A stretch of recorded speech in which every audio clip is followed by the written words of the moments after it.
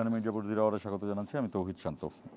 সরকারের 6 মাস পূর্তি হলো এবং এই সরকারের 6 মাস পূর্তির চেয়েও যে বিষয়টি আমি প্রথমেই বলতে চাই সেটি হলো বাংলাদেশকে শুভেচ্ছা।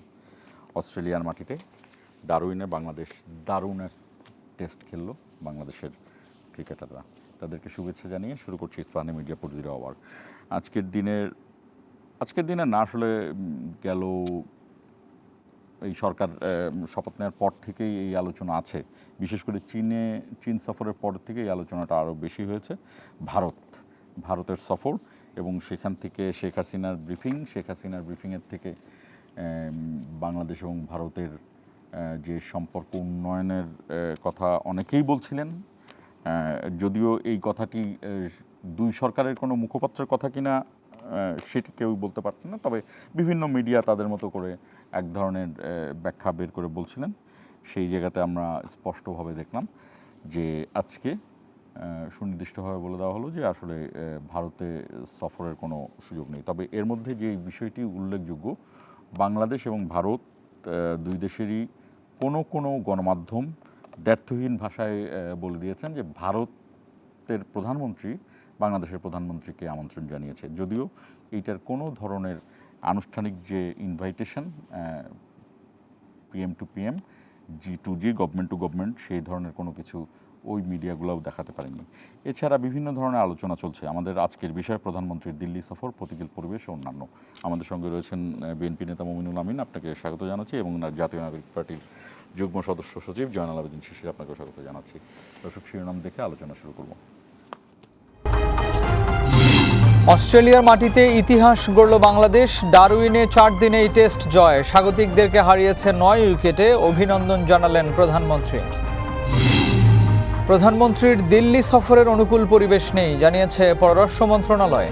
Indian authorities to expeditiously act on our request to extradite Sheikh Hasina and other fugitive criminals and to hand over Bangladesh the accused killers of Shahid Sharif Usman Hadi, including our neighbors.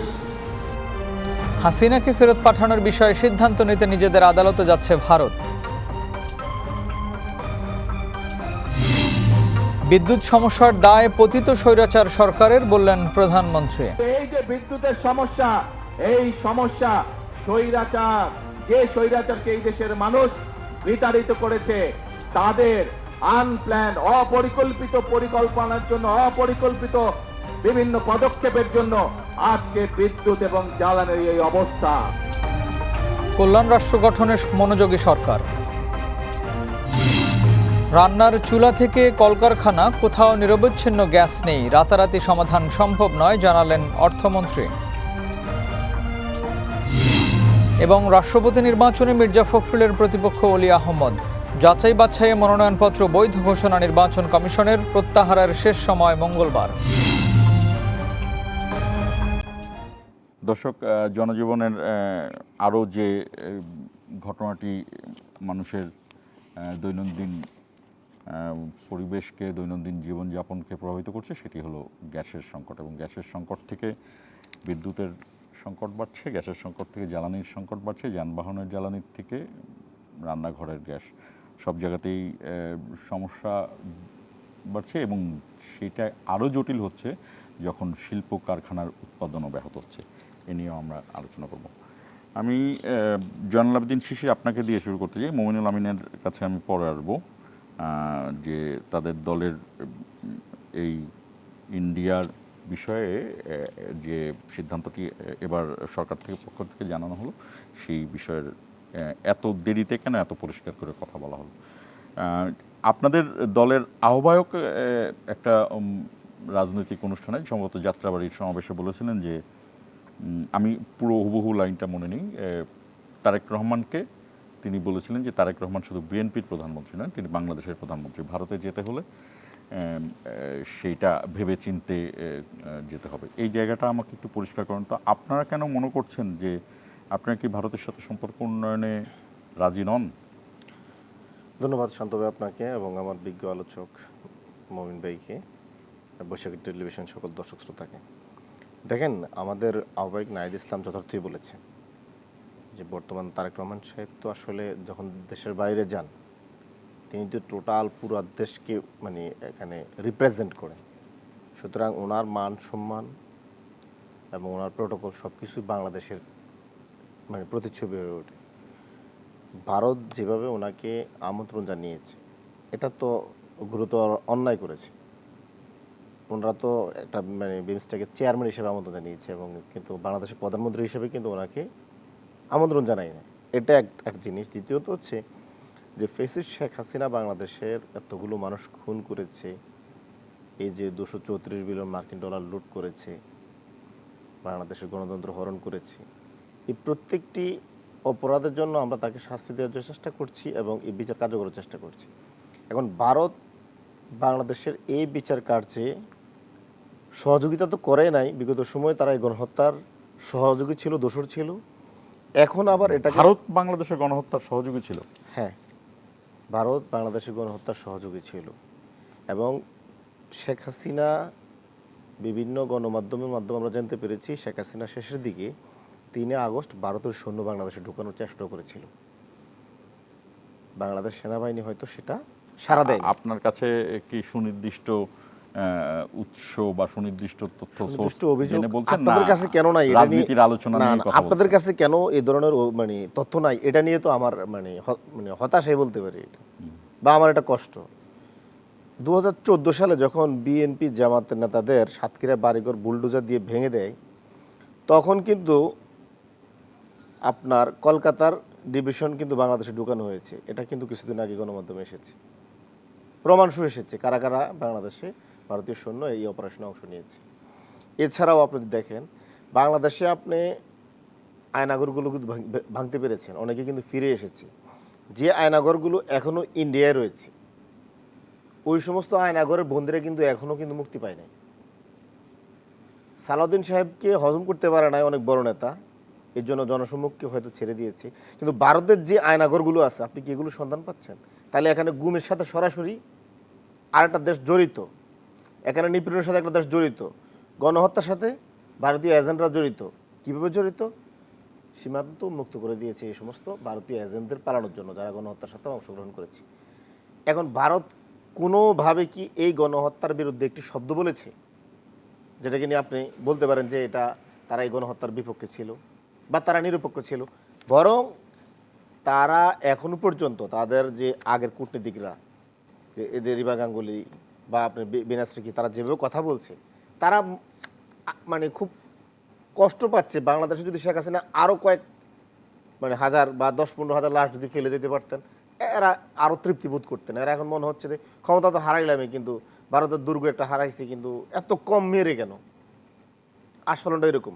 আপনি দেখেন, আমি আপনাকে একটা জিনিস দেখেন জাতিসংঘের যে সনদ অনুযায়ী 2-4 যে অনুচ্ছেদ অনুযায়ী একটি স্বাধীন দেশে অন্য একটি স্বাধীন দেশ রাজনৈতিক অর্থনৈতিক কোনোভাবে হস্তক্ষেপ করতে পারে না। ভারত বাংলাদেশের রাজনীতিতে আওয়ামী লীগকে পুনর্বাসনের চেষ্টা করছে, তারা আমাদের অর্থনীতিকে ধ্বংস করার চেষ্টা করছে, কালচারাল আগ্রাসন করছে, এই প্রত্যেকটা জিনিস তারা কিন্তু জাতিসংঘের এই সনদ ভায়োলেশন করছে, আর্টিকেল ভায়োলেশন করছে। তো আপনি কি মনে করেন এরকম একটা শত্রুভাবাপন্ন দেশ যে আপনাকে হত্যা করে, গণহত্যা করে, আপনার ভবিষ্যৎ নেতাদেরকেও হত্যা করে, শরীফ ওসমান হাদি কোনো এক সময় সে অনেক বড় নেতা হতেন, তারা আগে আপনার অঙ্কুরে খুন করে ফেললো ভারত, এবং যেটার সাথে সরাসরি অমিত শাহ জড়িত। আপনি এই সমস্ত একটা স্টেটের কাছে কিভাবে মনে করতে পারেন যে তারা বাংলাদেশের ভারত কিন্তু বাংলাদেশের সাথে বাংলাদেশের মুক্তিযুদ্ধে ভারতের যে অবদান সেই জায়গাটা কিন্তু আমরা কোনোভাবেই অস্বীকার করতে পারবো না, এবং সেই জায়গাতে ভারত কিন্তু এক ধরনের বন্ধু ভাবাপন্ন দেশ হিসেবে ছিল। তবে হ্যাঁ, ভারতের বেশ কিছু ডিপ্লোম্যাটিক রিজনগুলো আছে সেগুলো নিয়ে আমরা আলোচনায় যেতে পারি। 54 এখন আচ্ছা আমি আপনার এই বাক্যটা শেষ করি। আচ্ছা, মুক্তিযুদ্ধের অবদান ভারত যেটা আপনি বলছেন এই অবদানকে অবদানের জায়গায় রাখে, কিন্তু 54 বছরে ভারতকে বাংলাদেশ যে পরিমাণ অবদান রেখেছে ভারতের জন্য, ভারত আগামী 1000 বছরে তা শোধ করতে পারবে? আজকে যদি এই বাংলাদেশ সৃষ্টি না হতো, পাকিস্তানের আইএসআই ভারত মানে মিনিমাম 10 টুকরা করতে ধরনের সুপারফিশিয়াল না। সুপারফিশিয়াল কেন? তারা তো নিজেরাই এখন ইন্দিরা গান্ধীর নাতনি প্রিয়াঙ্কা গান্ধী বলে আমার দাদি পাকিস্তান ভেঙে দিয়েছে, নইলে আজকে ভারত ভেঙে যেত। না, এটা ভারতের রাজনীতিতে, এটা তো ছোট-মোটো কথা না। ভারতের রাজনীতিতে তারা তাদের সফলতা, না, আপনি কি এটা কি মনে করছেন কোনো মানে ইউটিউবারের কথাবার্তা? ইন্দিরা গান্ধীর নাতনি বলতেছে আমি আজকে ভারত ভেঙে যেত যদি কিন্তু আমার ডিপ্লোম্যাটিক ল্যাঙ্গুয়েজে বা ডিপ্লোম্যাটিক ল্যাঙ্গুয়েজে কিন্তু আমি বলছি না যে তারা আমাদের অবদান রাখে না, কিন্তু তারা যে 54 বছর যে পরিমাণ আমাদের থেকে তারা উপকৃত হয়েছে, আগামী 1000 বছর তারা সেটা শোধ করতে পারবে না। না, বরঞ্চ একটা স্পেসিফিক তথ্য আপনি বলতে পারতেন, সেটি হলো যে গত 17 বছর প্রধানমন্ত্রী শেখ হাসিনা যখন ছিলেন, তিনি এই কথা সরাসরি বলেছেন যে তিনি যা দিয়েছেন ভারতকে, কিন্তু সেটা তো বাংলাদেশের মানুষ ভারতকে দিয়েছে। বাংলাদেশের যিনি ক্ষমতায় ছিলেন তিনি ভারতকে দিয়েছেন। আমি যেটা বলতে, ভারতের সাথে এই হোস্টাইল সম্পর্ক রেখে কি আমরা বেশি দূর এগোতে পারবো কিনা? বলি শোনেন, এই যে আপনারা যে জিনিসগুলো মাঝে মাঝে বাজারে নিয়ে আসেন, প্রতিবেশী পরিবর্তন করা যায় না, প্রতিবেশী এমন জিনিস এটা পরিবর্তন করা না, আমি এটা বলি না, আমি বলছি হোস্টাইল সম্পর্ক নিয়ে কি আমরা বেশি দূর আমি আপনাকে বলি হোস্টাইল সম্পর্কটা বলি। মেক্সিকোর সাথে আমেরিকার সমস্যা, মানে আমেরিকার সাথে কানাডার সমস্যা, হোস্টাইল সম্পর্ক। চায়নার সাথে ভিয়েতনামের সমস্যা, ভিয়েতনামের এই মুক্তিযুদ্ধে চায়নার সবচেয়ে বেশি অবদান। আফগানিস্তানের এই স্বাধীনতার জন্য পাকিস্তানের সবচেয়ে বেশি অবদান। আজকে পাকিস্তান আফগানিস্তানের সমস্যা, যুদ্ধ হচ্ছে। তার মানে আপনার সমস্যাটা কি? সমস্যাটা হচ্ছে ইরানের তেলের পিছনে ইসরায়েলের সবচেয়ে বড় অবদান। 100 বছর যুদ্ধ নাই বললাম, ধরুন আমি আপনাকে বলি, আপনার প্রতিবেশী আপনার ঘরে আগুন দেয়, আপনাকে খুন করে, আপনার রাজ্য দখল করে, আপনার সকল অধিকার হরণ করে। সুতরাং প্রতিবেশীকে আপনার সবসময় প্রতিবেশীর ব্যাপারে সতর্ক থাকতে হবে। প্রতিবেশী যদি ধরেন আপনার ইসরায়েলের মতো হয়, তাহলে তারা আপনার বন্ধু দরকার নাই। ভারত তো বর্তমান হচ্ছে একটা এশিয়ার ইসরায়েল। আবার আসবো আপনার কাছে, আমি একটু মমিনুল আমিন আপনার কাছে আসতে চাই। সেটি হলো যে বিরোধী দলের জায়গা থেকে তারা যে বিষয়টি বলেছেন যে সার্বভৌমত্বের জায়গা থেকে প্রশ্নটা তুলেছেন, কিন্তু সরকারের পক্ষ থেকে কি এই যে ভারত এই যে গণমাধ্যম, বিভিন্ন গণমাধ্যমে আলোচনা, দিল্লি সফর, প্রধানমন্ত্রী যাচ্ছেন, ইভেন পররাষ্ট্র প্রতিমন্ত্রীও মনে হয় একদিন বা দুদিন বলেছেন যে হ্যাঁ ভারতে সফরে যাওয়ার জন্য ইয়ে করা হচ্ছে, এই যে এই গুরুত্বপূর্ণ একটি বিষয়ে সরকারের এই যে ডিলেমা, এইটা কি সরকারের অপরিপক্কতা বা এক ধরনের ইম্যাচিউরিটি প্রকাশ করে কিনা? ধন্যবাদ। প্রথমেই আমি বৈশাখী টেলিভিশনের সম্মানিত দর্শকদের শুভেচ্ছা জানাচ্ছি, আমার সহ-আলোচককেও শুভেচ্ছা জানাচ্ছি। আমার সম্মানিত সহ-আলোচক এনসিপির রাজনৈতিক অবস্থান থেকে ভারত বিদ্বেষী অনেক কথা বলেছেন। তার কথা নিয়ে মানে কাউন্টার অনেক কথাও বলা যায়, আবার তার কথাকে নানাভাবে বিশ্লেষণ করার সুযোগ আছে। তবে বাস্তবতা যেটা, ভারতের প্রতিবেশীতে শুধু আমরা না, ভারত একটা বড় রাষ্ট্র সাউথ এশিয়ার, এবং মালদ্বীপ বলেন, নেপাল বলেন, শ্রীলঙ্কা বলেন, পাকিস্তান বলেন, তাদের জনগণের ভারত সম্পর্কে মনোভাব কি? বাংলাদেশের জনগণের কি শুধু এই মনোভাব? তাদের জনগণের মনোভাব কি? একটা দেশের সাধারণ জনগণের পারসেপশন অন্য দেশ সম্পর্কে কি হবে, সেটা কিন্তু অনেকটা সেই দেশের পররাষ্ট্রনীতির উপর নির্ভর করে। তার অভিযোগগুলো, এটার আপনি সুনির্দিষ্ট তথ্য প্রমাণ নিয়ে অনেক কিছু বলতে পারেন, আমি সেদিকে যাব না সুনির্দিষ্ট তথ্য প্রমাণ নিয়ে। তবে একটা জিনিস আমি বলতে পারি, বাংলাদেশের জনগণ ভারত সম্পর্কে কী মনে করে, এইটা কিন্তু ভারতের পররাষ্ট্রনীতির একটা দায় রয়েছে যে তার সম্পর্কে তার প্রতিবেশীরা কী মনে করে। হ্যাঁ, আপনি দেখবেন বাংলাদেশের জনগণের যা মনোভাব, আপনি একটু সার্ভে করে দেখেন, সাউথ এশিয়ান মানে ভারতের পররাষ্ট্রনীতি নিয়ে যারা কাজ করে তাদের অনেকেও কিন্তু এই অভিযোগটা নানা সময় তুলেছে যে প্রতিবেশী দেশগুলো আমাদের সম্পর্কে যে ভালো কথা বলে না, এইটা আমাদের পররাষ্ট্রনীতির একটা বড় ব্যর্থতা। তার মানে ভারতের পররাষ্ট্রনীতিতে অবশ্যই দুর্বলতা রয়েছে, যার কারণে একটা বড় নেগেটিভ একটা পারসেপশন জনগণের ভিতরে আছে। আমি এমন সময়ও দেখেছি আওয়ামী লীগ আমলে, যখন বাংলাদেশ ভারত ক্রিকেট খেলা হতো, এমন একটা মানে মনোভাব ছিল যেটা না খেলার বাইরেও অনেক বেশি কিছু রাজনৈতিক একটা বিজয় যদি ভারতের বিরুদ্ধে বাংলাদেশ জয় অর্জন করতে পারত। কারণ এখানে অবশ্যই আওয়ামী ফ্যাসিবাদের শাসন আমল ছিল, বাংলাদেশের জনগণ মনে করতো যেখানে ভারত সরকারের প্রত্যক্ষ অস্ট্রেলিয়া জেতাতে মনে হয়েছিল যে বাংলাদেশে সেবার অস্ট্রেলিয়ার অনেক সমর্থক ভারতের সাথে একটা খেলায়, মানে হ্যাঁ, মানে এই পারসেপশনটা কেন, এটা তো শুধুমাত্র খেলার থেকে আসে নাই। আমি পার্সোনালি খুব একটা ক্রিকেট খেলা দেখি না, কিন্তু আমার কাছে খুব ভালো লাগতো যদি বাংলাদেশের এই বিজয়টা, কারণ এখানে একটা বড় অংশ জনগণের যে স্বতঃস্ফূর্ততা, এইটা দেখতে পারাটা আমার কাছে ভালো মনে হতো, আমার বিজয় মনে হতো। কারণ আমার দেশ হয়তো একটা মানুষের একটা প্রতীকী বিজয় হিসাবে নিত, যেটা চূড়ান্ত বহিঃপ্রকাশ হতো 5ই আগস্ট 2024 সালে বাংলাদেশের জনগণ দেখিয়েছে। সুতরাং এই মনোভাবটা আমি বলছি যে ভারতের যারা পররাষ্ট্রনীতির কাজ করেন তাদের কথাও শুনবেন যে এটা ভারতের পররাষ্ট্রনীতির ব্যর্থতা, তার প্রতিবেশীরা তার সম্পর্কে কি মনে করছে। এটা শুধুমাত্র বাংলাদেশে না, অন্যান্য দেশগুলো তো একই মোরাললেস এ ধরনের মনোভাব রয়েছে।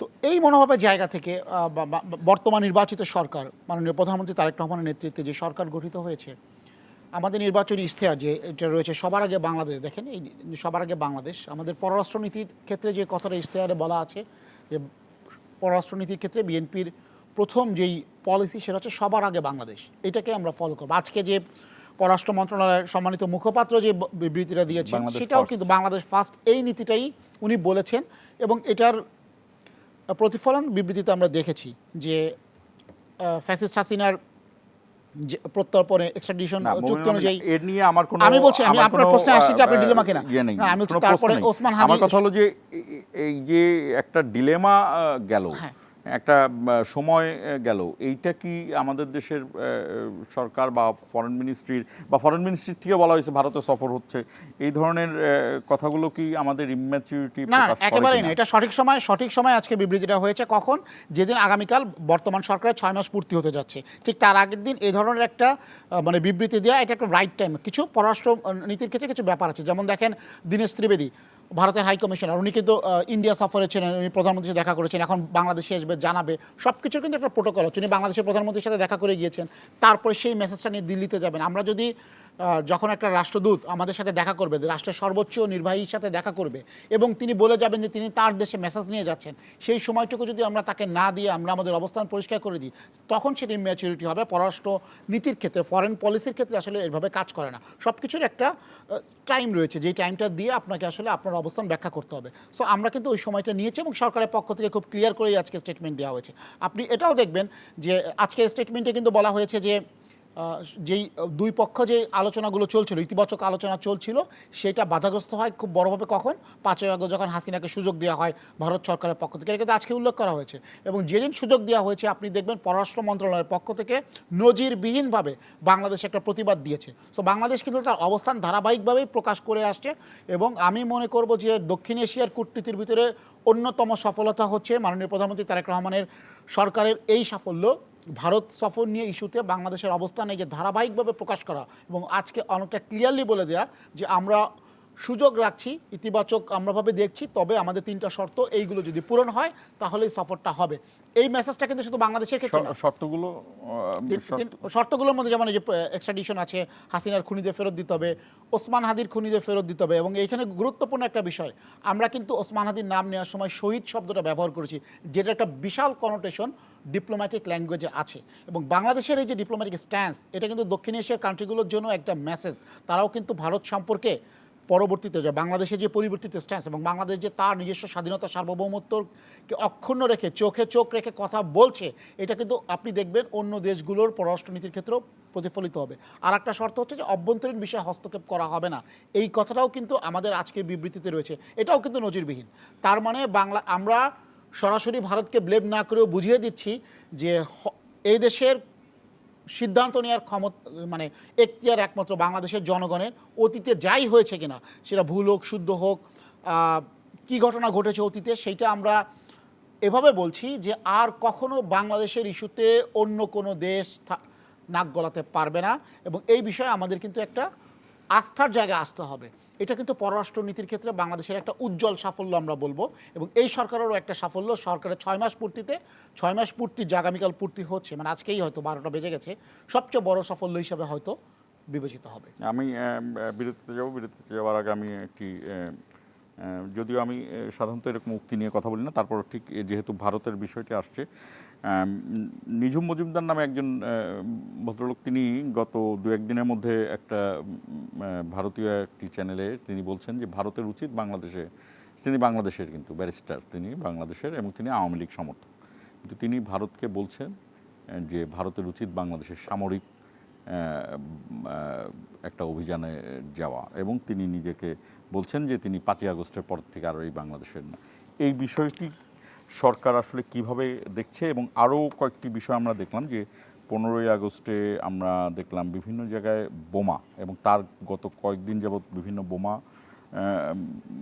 সদৃশ বিষয় দেখলাম, কতগুলো বোমাও ছিল এবং বসুন্ধরা আবাসিক এলাকায় একটি বাসা থেকে অনেকজনকে আটক করা, এই যে আইন শৃঙ্খলা পরিস্থিতি এবং শেখ হাসিনার প্রত্যর্পণ নিয়ে ভারতের আদালত সিদ্ধান্ত দিবে, এই বিষয়গুলো আপনারা কিভাবে ভাবছেন? এটি নিয়ে আমরা আলোচনা আনবো। আপনি বিরতি যাওয়ার আগে আমি একটা কথা বলতে চাই। আপনি নিজুম মজুমদার সম্পর্কে বলেছেন একজন ভদ্রলোক, আমি এটাতে প্রতিবাদ জানাচ্ছি। ভদ্রলোক বলি নাই, আপনি বলেছেন যে নিজুম মজুমদার ভদ্রলোক, কোনোভাবে সে ভদ্রলোক না। আমি বরং একটু বলবো এটা একটা বেজন্মা এবং নিজুম মজুমদারের মতো লোককে বাংলাদেশের কোনো প্রয়োজন নাই। সে যদি বাংলাদেশে কখনো ফেরত আসতে চায়, বাংলাদেশের জনগণ বুঝিয়ে দিবে যে সে আসলে তার অবস্থানটা আমি কোথায়। আসলে তার ব্যক্তি মানুষের থেকে তার বক্তব্যটাকে আমরা এতটুকুনি বলতে পারি। গুরুত্বপূর্ণ যে সে কি বলেছে, একটা তেলাপোকার সদৃশ একটা মানুষ আমরা বলবো, এবং সে কি বলেছে আমি বিরতির পর আসলে তার কথা নিয়ে আমি হয়তো আপনার জবাব দেব।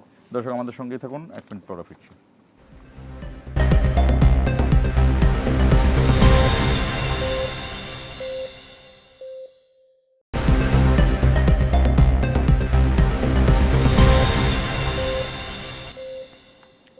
আবার স্বাগত ইসমানী মির্জাপুর জিরা। আমরা বিরতির আগে মমিনুল আমিন, আমি ব্যক্তি এখানে ম্যাটেরিয়াল, কিন্তু ব্যক্তি যে বক্তব্যটি দিচ্ছে যে কোনো পক্ষ, কোনো গোষ্ঠী, কিছু মানুষ যেমন যারা পালিয়ে গিয়েছে এখান থেকে, including x prime minister Sheikh Hasina, তারা তো একটা পক্ষ। এই পক্ষ তারা যখন বলে যে বাংলাদেশে আর একটা দেশের সেনাবাহিনীকে মুভ করার জন্য, সেখানে আপনার সরকার কি করছে? আমি এই বিষয়টি বুঝতে। ধন্যবাদ। দেখেন, এই নিজুম মজুমদারের মতন ব্যক্তি আওয়ামী লীগের ভিতরে আরও অনেক রয়েছে, রন্ধে রয়েছে, এবং তাদের একটা মনোবাসনাই ছিল ওই 5 আগস্টের কেন্দ্রিক তাদের একটা মনোবাসনা এখনও আছে যে ভারত কেন ইন্টারভেনশন করলো না।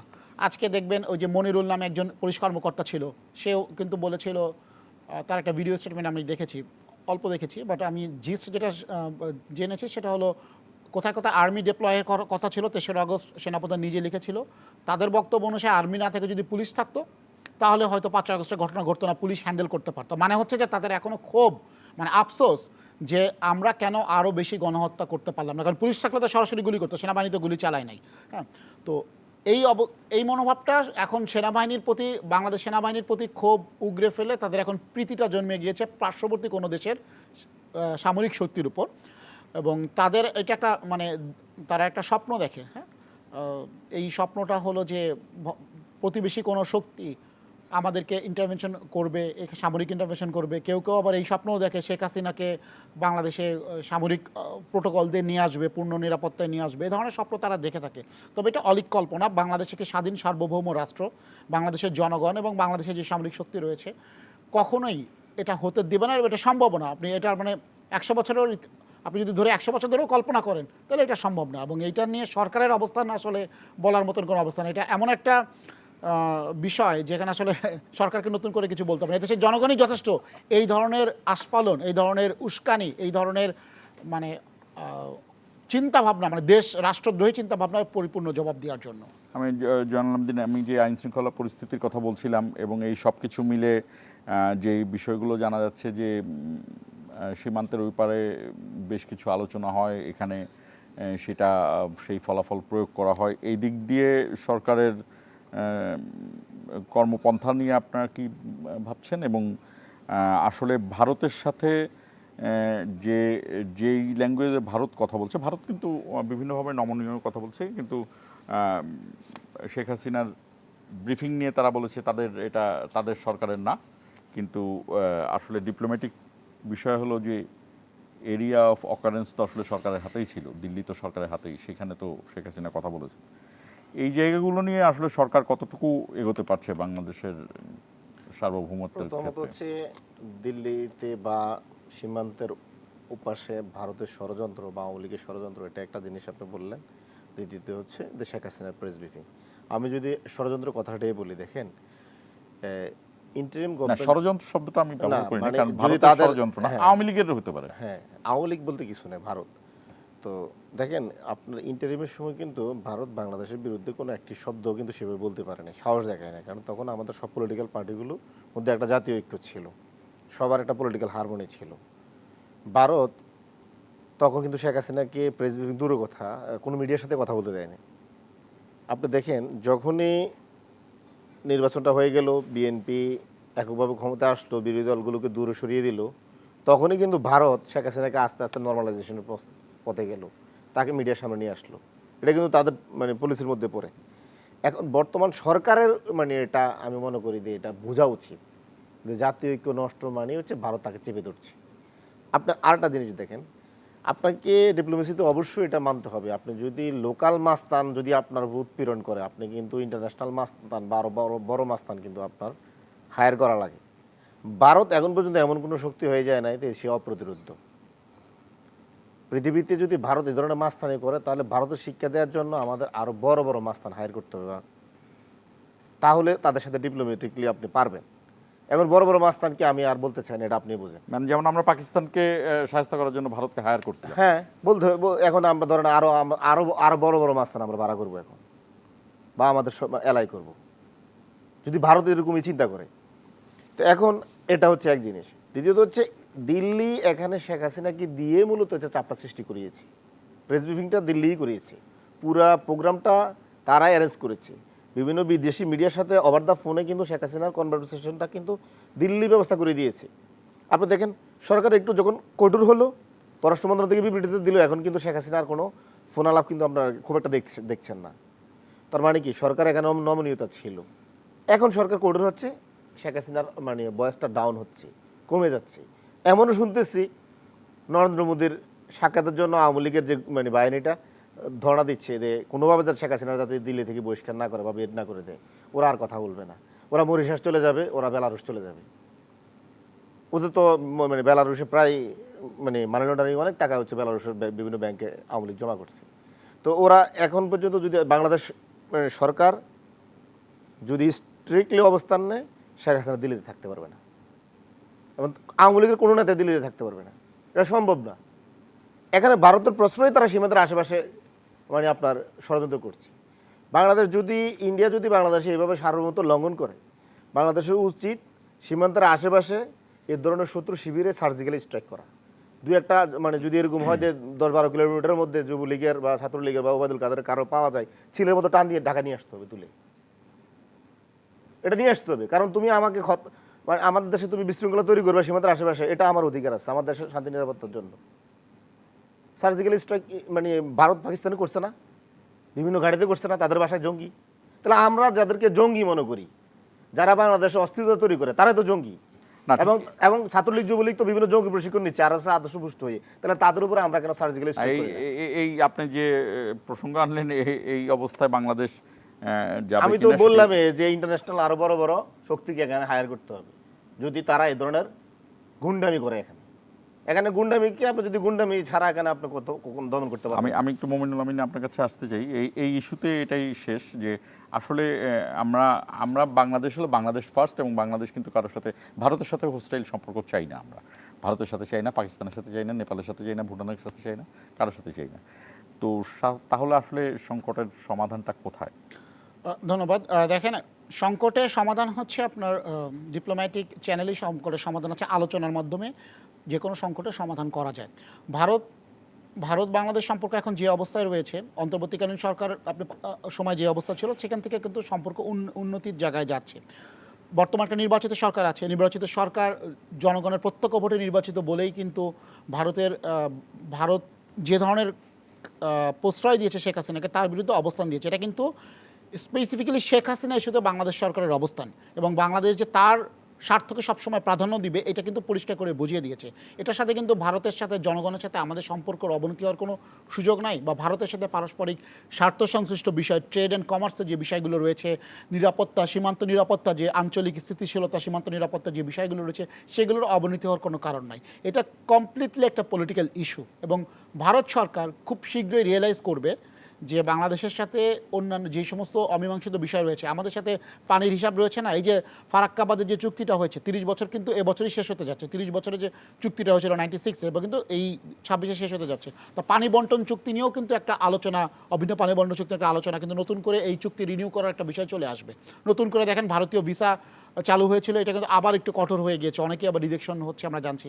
কিন্তু ভারতের সাথে আমাদের যে বাণিজ্য সম্পর্কগুলো রয়েছে, আঞ্চলিক নিরাপত্তা, এগুলো কিন্তু আস্তে আস্তে বাড়বে, এবং একটা পলিটিক্যাল ইস্যু কিন্তু ভারত আজীবন জিয়ে রাখবে না।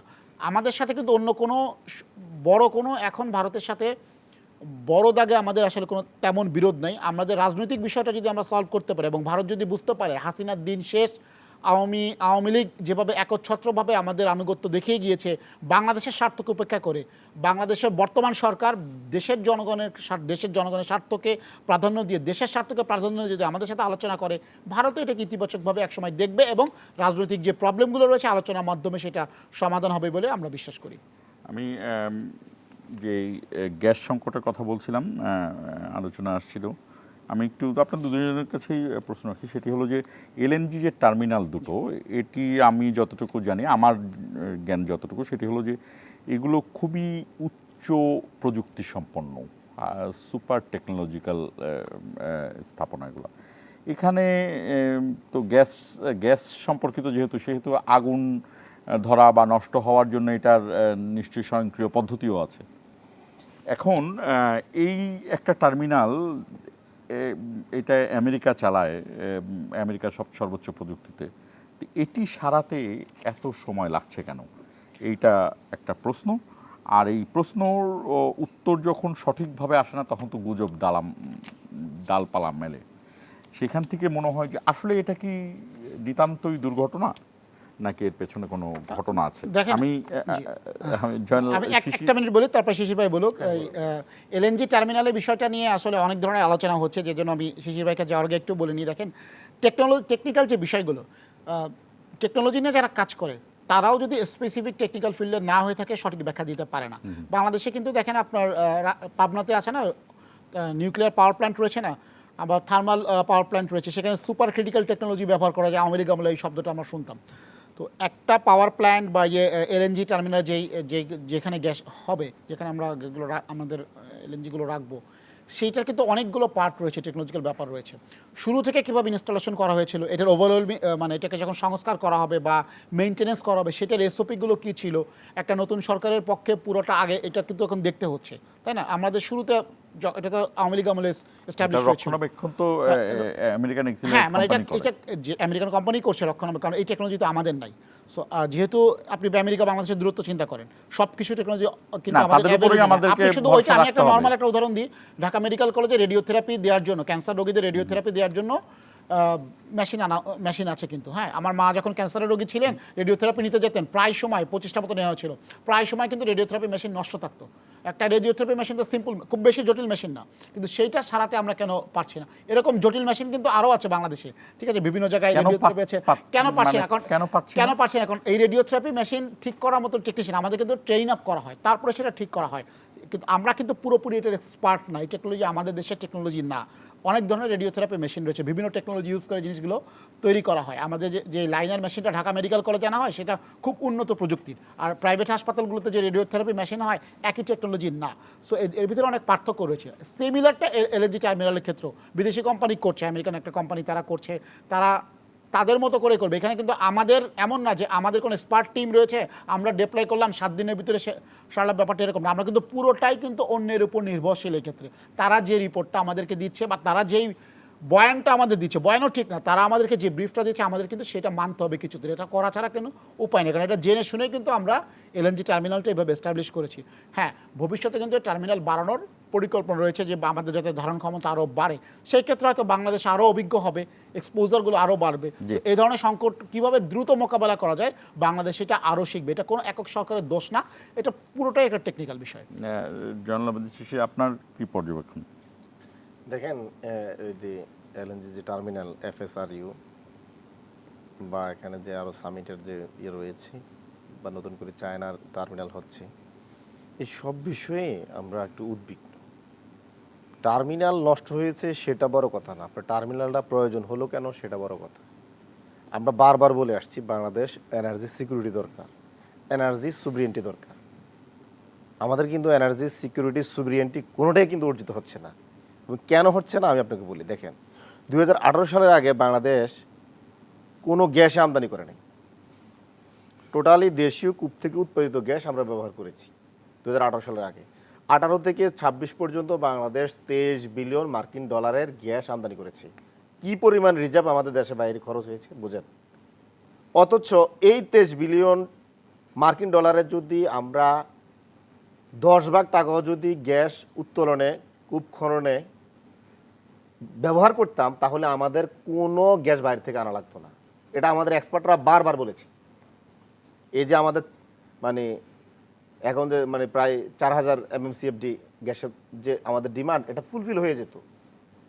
কিন্তু কি করলো, আজকে যারা সিন্ডিকেট তারা আমাদেরকে আমদানি নির্ভর এনার্জিতে ঢুকিয়ে ফেললো। বিনিময়ে বাইরে থেকে যখন গ্যাস নিয়ে আসে, তখন এখান থেকে মোটা তাকে প্রতি মাসে মাসে মানে স্লটে কমিশন খাওয়া যায়। আর দেশীয় কূপ থেকে যদি গ্যাস উত্তোলন করে ফেলে একবার, তাহলে তো এখান থেকে নিয়মিত তো আর খাওয়া যায় না, কারণ এখানে খাওয়ার খুব একটা জায়গাও নাই। এই যে আমাদেরকে মানে এনার্জি মানে ইনসিকিউর করে দিল, এটা হচ্ছে আমাদের মূল কনসার্ন। এটা কখনো হবে না। আমাদের প্রতিবেশী রাষ্ট্র মিয়ানমার, ভারত, তারা সমুদ্র থেকে গ্যাস উত্তোলন করছে। সমুদ্র এই যে 12 সালে যে সমুদ্রের আমাদের এই গ্যাস আমরা কেন উত্তোলন করছি না? ভোলাতে আমাদের প্রায় 2-3 TCF গ্যাস আছে। সমুদ্র তো কথা নাই বললাম, আমাদের কিন্তু আমরা ওই ব্লকগুলো কিন্তু মানে উত্তোলন করছি। ঠিক আছে, এটা তো বরং দীর্ঘমেয়াদী আমি আপনাকে বলি না, সিদ্ধান্ত। দীর্ঘমেয়াদী না। তারেক রহমান গভর্নমেন্ট আসিয়া শুধু মুখে মুখে বলে কোনো কার্যকর উদ্যোগ আপনি দেখাতে পারবেন না, তাহলে দেখান। কিন্তু দেখেন, যখন কথাই বলে বরং কার্যকর উদ্যোগ তো নেয় না, বরং আমাদের এনার্জি সেক্টর বসুন্ধরার মতো এই ধরনের মাফিয়াদের হাতে দিয়ে দেয়।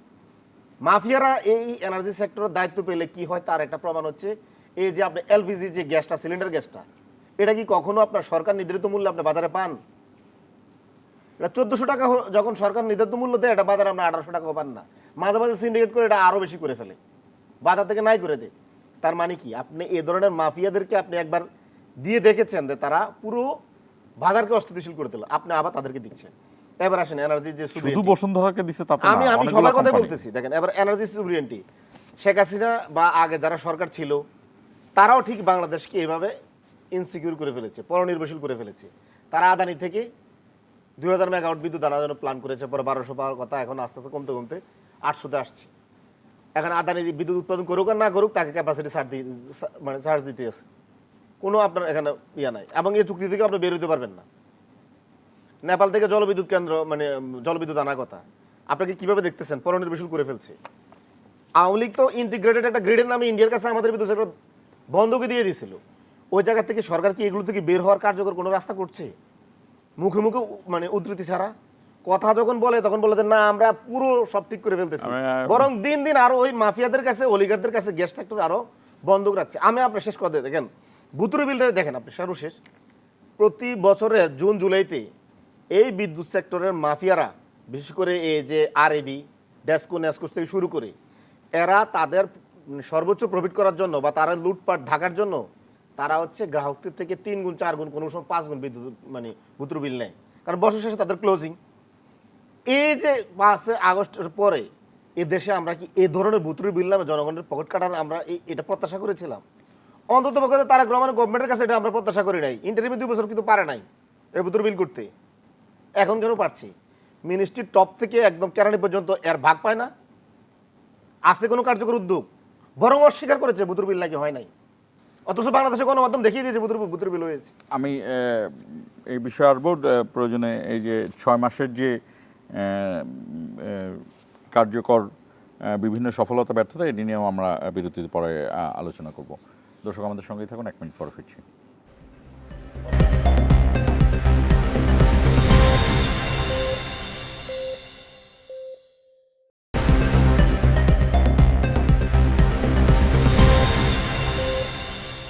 আবারও স্বাগত ইস্পাহানি মির্জাপুর জিরো আওয়ারে। আমি জয়নুল শেষের সাথে কথা বলছিলাম। এবার মমিনুল আমিনের কাছে আসি যে উল্লেখযোগ্য মানে এটা একদমই সহজভাবেই জানতে চাওয়া যে 6 মাসে সরকারের কোন জায়গাটাকে আপনার মনে হচ্ছে যে সরকার এই জায়গাতে দারুণ সফলতা দেখিয়েছে, দারুণ না হলেও সফলতার দিকে এগিয়েছে, এবং কোন ব্যর্থতাটা আগামী দিনের জন্য এখনই রুখে দিতে হবে সরকারকে, সরকার এখনই যেন ব্যবস্থা নেয় সেই ব্যর্থতার দিকে না যায়? আচ্ছা, ধন্যবাদ। প্রত্যেকটা সরকারেরই একটা ফোকাস থাকে, তাদের কর্মপরিকল্পনা থাকে, ফোকাস থাকে। বিএনপি সরকার যখন 2001 থেকে 2001 সালে ক্ষমতা এসেছিল, দেশনেত্রী বেগম খালেদা জিয়ার নেতৃত্বাধীন সরকার, তারা 100 দিনের কর্মপরিকল্পনা বা অনেক নিয়েছিলেন। আমরা তখন আরও মানে ইয়াং এইজের, পলিটিক্সে সরাসরি যুক্তও হইনি, মনে আছে যতটুকু। প্রত্যেকটা সরকারের একটা ফোকাস থাকে। তো বর্তমান মাননীয় প্রধানমন্ত্রী তারেক রহমানের নেতৃত্বাধীন সরকারের 6 মাসের ফোকাস ছিল মূলত আপনার জনকল্যাণ এবং সামাজিক সুরক্ষা, নিরাপত্তা। সামাজিক নিরাপত্তা, হ্যাঁ, সোশ্যাল সেফটি অ্যান্ড ওয়েলফেয়ারটা বড় দাগে আমাদের একটা ফোকাস ছিল। কারণ গত 17 বছর ধরে জনগণ যাকে কেন্দ্র করেই সমস্ত সরকারি কর্মকাণ্ড, রাষ্ট্রীয় কর্মকাণ্ড পরিচালিত হয়, সেই জনগণই উপেক্ষিত ছিল। কারণ জনগণের জীবনেরই তো দাম ছিল না। কেউ গুম হইতো, কেউ খুন হইতো, কারো অঙ্গহানি হইতো। হ্যাঁ, মোস্তাক ভাইদের মতো লেখকরা জেলখানার ভিতরে জীবন দিয়েছেন। আবার বর্তমান স্বরাষ্ট্রমন্ত্রী সালাউদ্দিন ভাইয়ের মতো নেতারা গুম হয়ে অন্য দেশে নির্বাসিত জীবনযাপন করেছেন। তো মানুষের জীবনেরই যেখানে নিরাপত্তা ছিল না, তার সেখানে শিক্ষা, বাসস্থান, এগুলো নিয়ে সরকারের ফোকাস না থাকারই স্বাভাবিক। যার ফলশ্রুতিতে আমরা দেখেছি যে ভাই যেটা বললেন যে সরকার গত 6 মাসে জ্বালানি ক্ষেত্রে কী করেছে, বা তারা একটা মুখে মুখে অনেক কথা বলে। আসলে আমরা অসংসদীয় ভাষায় বলতে চাই না যে বিরোধী দলের অনেক সদস্যই, এমনকি মাননীয় বিরোধী দলের নেতাও মাঝে মাঝে এমনভাবে কথা বলেন যেটাকে আসলে অসংসদীয় ভাষায় আমরা বলতে চাই না, ডাহা মিথ্যা বলেছেন বা পাগলের প্রলাপ বকছেন। কারণ দেখেন, আপনি যদি বাস্তবতাকে অস্বীকার করেন এবং ইচ্ছাকৃতভাবে আপনি সত্যের সাথে মিথ্যাকে জড়িয়ে দেন, যেটা কঠোর নিষেধাজ্ঞা ধর্মেও আছে, তাহলে আসলে জনগণ আপনার কাছ থেকে কী আশা করবে? অন্তর্বর্তীকালীন সরকারের আমলে 5 আগস্ট হাসিনা চলে যাওয়ার পর অন্তর্বর্তীকালীন সরকারের আমলে জ্বালানি সেক্টরে কী হয়েছে, সেই ধারাবাহিকতায় বর্তমান সরকার কী করছে? আপনাকে তো বড় অঙ্কের ঋণই পরিশোধ করতে হয়েছে। আজকেও মাননীয় প্রধানমন্ত্রী কিশোরগঞ্জে বলেছেন যে স্বৈরাচাররা যেই অপরিকল্পিত প্রকল্প নিয়েছে তার দায় বর্তমান সরকারকে টানতে হচ্ছে। আমাদেরকে নির্বাচনী প্রতিশ্রুতিতে আছে না, আমরা রিনিউয়েবল এনার্জির দিকে ফোকাস করব, সেইখানে আমরা যাব, সেই বিষয়ে কি জ্বালানি মন্ত্রণালয়ে বৈঠক হয়নি? সে বিষয়ে পরিকল্পনা নেয়নি। আমাদের ফার্স্ট 6 মান্থের ফোকাসটা কী ছিল? আমরা এখন বাকি 4.5 বছর কি ডেলিভারি করব? হ্যাঁ, প্ল্যান আছে। আপনি তো হঠাৎ করে 1 মেগাওয়াট বিদ্যুৎ একদিন উৎপাদন করতে পারবেন না। আগে আমার বিদ্যুৎ সেক্টরে যে সিস্টেম লসগুলো রয়েছে সেটা আইডেন্টিফাই করতে হবে। উনি যে ক্যাপাসিটি চার্জের কথা বলেছেন সত্য, এই যে ক্যাপাসিটি চার্জ আমাদেরকে দিতে হচ্ছে, চাইলে কি আমরা চুক্তি থেকে বেরিয়ে আসতে পারবো? ভারতের সাথে যে চুক্তিগুলো রয়েছে, ভারতের সাথে তো আমাদের রাজনৈতিক সম্পর্কটা নিয়ে আমরা এভাবে কিন্তু কথা বলছি বাংলাদেশ ফার্স্ট পলিসিতে, তাহলে আমরা কিন্তু আমাদের স্বার্থটা দেখব বলছি। তো এইখান থেকে ধারাবাহিকভাবেই না আমরা এই চুক্তিগুলোর বিষয়ে আবার নতুন করে আমরা সিদ্ধান্ত নেওয়ার অবস্থানে যাব। আন্তর্জাতিক একটা আপনার তো প্রোটোকল মানতে হবে। আপনি একটা চুক্তি করেছেন, সেখান থেকে বেরিয়ে আসতে পারবে না, চলে সরকার চাইলেই পারে না। ক্যাপাসিটি চার্জের মতো একটা বোঝা আওয়ামী লীগ সরকার আমাদেরকে চাপিয়ে দিয়ে গিয়েছে। এখন ভবিষ্যতে আমরা নিরাপত্তার জন্য কি, মানে আমাদের এনার্জি সিকিউরিটির জন্য, একদম শেষ প্রান্তে এনার্জি সিকিউরিটির জন্য কি করতে পারি? তো একটা কথা আমরা বলবো, দেখেন, বিরোধী দল সরকার থেকে দূরে সরে যাচ্ছে। একটা বলো যে সরকার দূরে সরে যাচ্ছে, না, সরকার বিরোধী দল ইচ্ছাকৃতভাবে দূরে সরে যাচ্ছে প্রথম দিন থেকে। আমরা যখন বলেছিলাম সংসদে ডেপুটি স্পিকার দিব, বিরোধী দল কিন্তু ডেপুটি স্পিকার নেয়নি। আমরা যখন সংবিধান সংশোধন কমিটিতে আহ্বান জেলেছিলাম 5 জন নাম দেন, তারা কিন্তু কোনো নাম দেয় নাই।